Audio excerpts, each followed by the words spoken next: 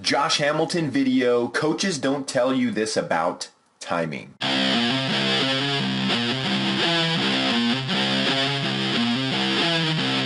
Hey, what's going on? It's Joey Myers from the Hitting Performance Lab, and in this part 2 video featuring Josh Hamilton, where we talk about optimizing vision, tracking, and timing, we're going to talk about 3 things. The first thing is, when does a swing start? Then we're going to go into leg kick versus slide step, and then we're going to talk about how to practice timing. But first, we're going to talk about when does the swing start. Okay, so let's answer a couple questions in this video. The first one being, when does the swing start? Now, my short answer to you is when the hitter picks up the front foot. But as you're going to see in this Josh Hamilton example of him hitting a home run over center field on an 86-mile-an-hour fastball, he's going to initiate his swing a little differently. You're going to see him move his hands and then show his numbers. Now, the second question I get asked quite a bit is when to start the swing in relation to the pitcher. Now, Josh Hamilton's a different bird because he initiates his swing a little sooner than a normal slide stepper, which really he is. He's not a leg kicker, but he initiates his swing like a leg kicker. You're going to see him initiate early. When the pitcher lifts his front leg, he starts moving his hands and showing his numbers. You're not going to actually see him pick his foot totally off the ground until the pitcher's in his back arm swing. Then you're going to see him shift his weight forward as that arm comes forward just after release point. You're going to see his weight start shifting forward. Now, the other question I get asked is no stride or stride.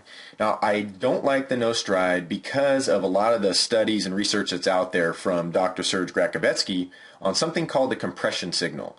So it's all dependent on the body weight of the heel hitting the ground. Just like when we walk, we pick our foot up, we put it down. When our heel hits the ground, this signal comes up, travels into our pelvis, tells it to open, then the same signal goes through the spine and hits the shoulders and tells them to counter-rotate.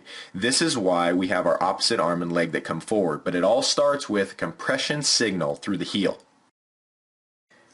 Okay, so now that you have a decent grasp of when to start the swing, let's discuss whether you should do a leg kick or a slide step, and then how to practice timing at home.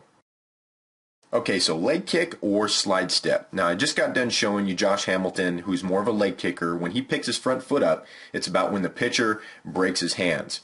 Now, let's look at a slide stepper like Mike Trout. Now, he's facing an 80-mile-an-hour fastball here. Couple things. He's got to start his swing later than a leg kicker, and later because he's not facing 90 plus. So let's take a look and see what point in the pitcher's delivery that Mike Trout's heel pops up. So you're going to see it about right there. So the pitcher's arm swing is coming back, and then the full foot will be off the ground for Mike Trout when the arm starts to come forward. Now, how do we practice this?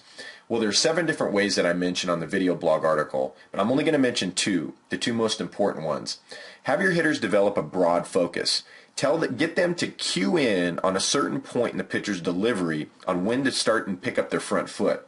The next thing is perfect environment to practice this is to have your hitters sit in on bullpens or pitcher bullpens. Have them wear a helmet, be safe, and have them be passive so they're not swinging the bat. This gets them to practice when they need to pick their front foot up without having a lot of pressure of having to swing and hit the ball hard. But these are a couple really good ways. There's 7 other ones in the article. I hope this video made sense. If you got any questions, please post them below the video. Otherwise, make sure you're swinging smarter by moving better.